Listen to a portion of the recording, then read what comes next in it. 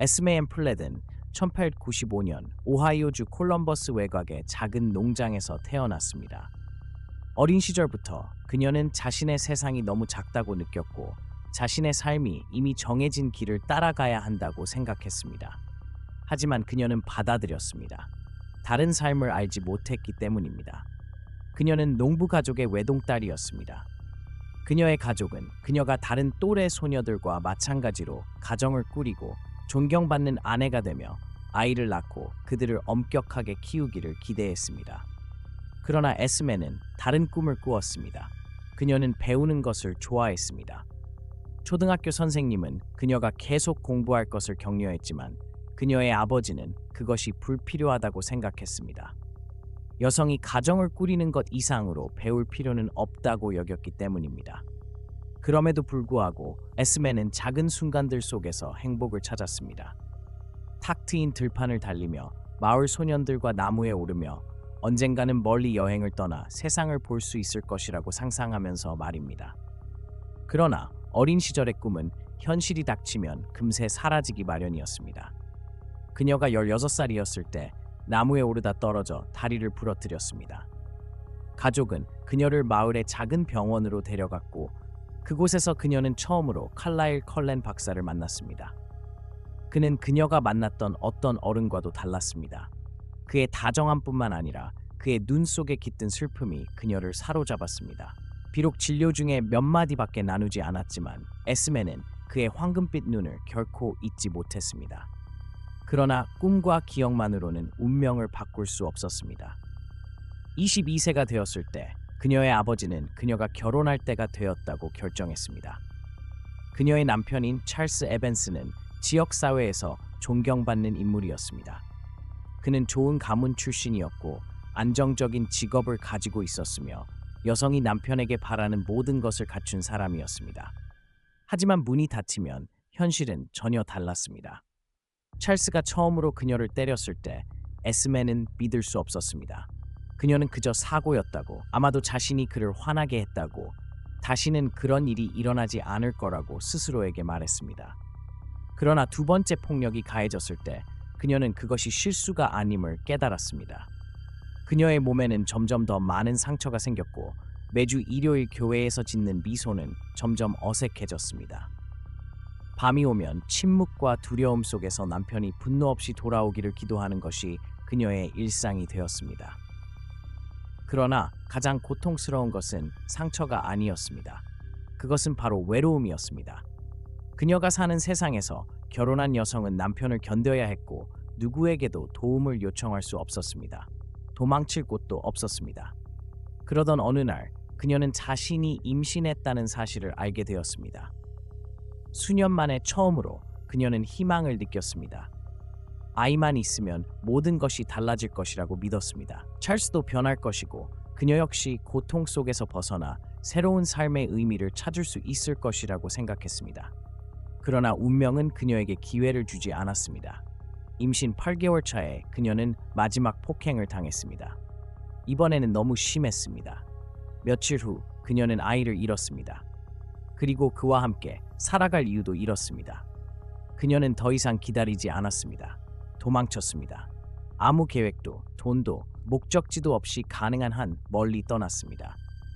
하지만 아이가 없는 현실은 그녀의 가슴을 돌덩이처럼 무겁게 짓눌렀습니다. 그렇게 어두운 밤, 그녀는 더 이상 견딜 수 없다는 결론을 내렸습니다. 그녀는 절벽으로 갔습니다. 그곳에서 그녀는 끝없는 공허함을 내려다보며 아래에서 들려오는 파도가 바위를 때리는 소리를 들었습니다. 그녀는 눈을 감고 몸을 던졌습니다. 바람이 그녀의 피부를 스치고 차가운 공기가 몸을 감싸는 것이 느껴졌습니다. 그리고 처음으로 그녀는 자신의 인생에서 스스로 결정을 내렸다는 자유를 느꼈습니다. 하지만 그녀가 기대했던 죽음은 오지 않았습니다. 눈을 떴을 때 그녀는 더 이상 인간이 아니었습니다. 그리고 칼라일 컬렌이 그곳에 있었습니다. 그의 눈에는 여전히 같은 슬픔이 서려 있었습니다. 수년 전 그녀가 아직 순수한 영혼을 가진 어린아이였을 때 다정하게 말을 건넸던 그 목소리가 다시 들렸습니다. 에스메는 목구멍이 타는 듯한 고통과 몸속 깊숙이 밀려오는 이질적인 굶주림을 느꼈습니다. 하지만 그녀가 생각할 수 있었던 유일한 질문은 단 하나였습니다. 왜 그가 나를 구했을까? 에스메는 숨을 헐떡이며 깨어났다. 그녀의 몸은 굳어 있었고 감각은 이전에 경험해 본 적 없는 엄청난 자극에 압도당하고 있었다. 주변의 모든 것이 더 선명하고 더 강렬하게 다가왔다. 창문을 스치는 바람 소리, 나무로 된 집의 삐걱거리는 소리, 심지어 먼 숲속 동물들의 심장 박동 소리까지도 들렸다. 하지만 그녀가 가장 강하게 느낀 것은 굶주림이었다. 그것은 목을 태우는 불길 같았다. 이 본능적인 갈망은 그녀가 생각하기도 전에 몸을 움직이게 만들었다. 그녀는 예상치 못한 속도로 몸을 일으켰고 눈을 깜빡이는 순간 칼라일이 그녀의 곁에 있었다. 그의 두 손은 들어 올려져 있었고 표정은 차분했지만 경계심이 느껴졌다. 에스메. 그의 목소리는 낮고 부드러웠다. 마치 겁먹은 동물에게 말하듯이. 숨을 쉬어. 에스메는 떨었다. 그녀의 시선이 그에게 향했고 그제야 그녀는 이전에 무심코 지나쳤던 것을 깨달았다. 그의 피부는 너무 창백하고 너무 완벽했다. 그의 황금빛 눈은 깊은 인내심을 담고 그녀를 바라보고 있었다. 뭘 한 거야? 그녀는 물었다. 하지만 마음속에서는 이미 답을 알고 있었다. 칼라일은 살짝 고개를 기울이며 그의 눈 속 슬픔이 더욱 깊어졌다. 내가 살아남도록 했어. 에스메는 온몸이 경직되는 것을 느꼈다. 넌 내가 원하지 않았다는 걸 알았지? 그가 낮게 속삭였다. 그의 목소리에는 희미한 우수가 깃들어 있었다. 에스메는 고개를 저었다. 이제 다시는 눈물이 흐를 수 없는 목구멍이 조여오는 듯했다. 난 죽고 싶었어. 칼라일은 한숨을 쉬며 시선을 내렸다. 알고 있어. 그들 사이에 침묵이 흘렀다. 보이지 않는 무언가가 방 안을 가득 채웠고 둘 다 아직 그것을 마주할 준비가 되어 있지 않았다. 하지만 에스메는 더 이상 모른 척할 수 없었다. 왜 나를 살린 거야? 칼라일은 깊은 눈빛으로 그녀를 바라보았다. 그녀는 소름이 돋았다. 널 그냥 보낼 수 없었으니까. 처음 몇 달은 견뎌내야 하는 시간이었다. 칼라일은 그녀에게 인간이 아닌 동물을 사냥하는 법을 가르쳤다. 갈증을 다스리는 법, 자신을 숨겨야 하는 이유를 설명해 주었다. 하지만 절제와 자제력 이외에도 에스메는 점점 더 다른 점들을 깨닫기 시작했다. 칼라일은 자신의 과거에 대해 거의 이야기하지 않았다. 그녀가 그의 이야기를 물으면 항상 화제를 돌렸다. 그리고 더욱 이상한 것은 그는 그녀를 너무나도 잘 알고 있었다. 처음에는 단순한 우연이라고 생각했다. 하지만 시간이 지나면서 그녀는 알게 되었다. 칼라일은 짧은 시간 안에 결코 알 수 없는 것들을 이미 알고 있었다. 사소한 것들, 그녀가 창문을 때리는 빗소리를 좋아하는 것, 생각할 때 항상 팔짱을 끼는 습관, 그녀의 어린 시절 기억까지. 그녀가 말하지 않았음에도 그는 알고 있었다. 마치 그가 오랜 시간 동안 그녀를 지켜봐온 것처럼. 그러던 어느 날 밤, 그녀는 일기를 발견했다. 칼라일의 서재 한쪽 낡은 책장에서 낡은 가죽으로 된 책들이 먼지를 뒤집어 쓴 채 놓여 있었다.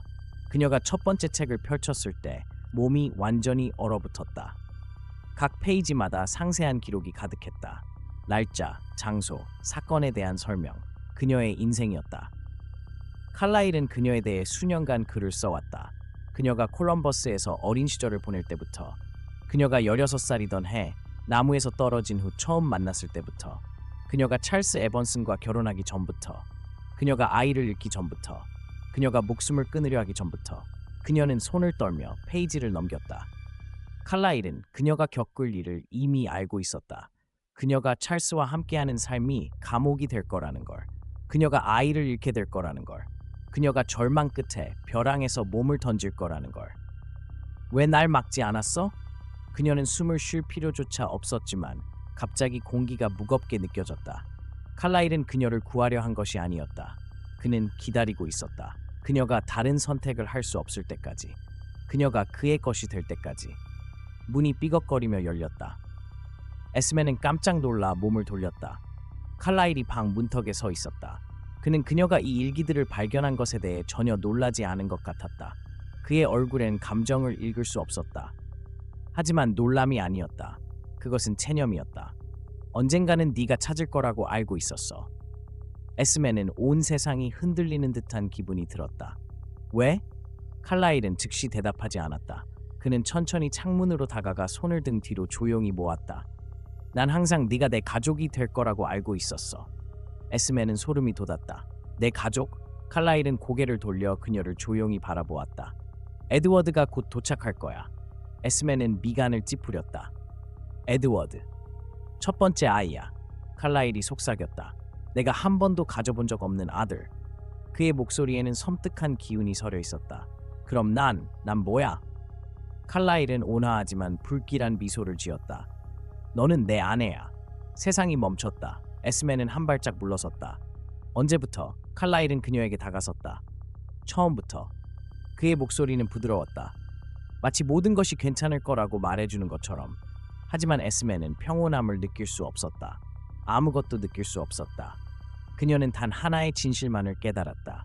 칼라일은 그녀를 단순히 구한 것이 아니었다. 그는 그녀가 도망칠 수 없을 때까지 기다렸다. 그리고 이제 그녀는 영원했다. 영원히 그의 것이었다.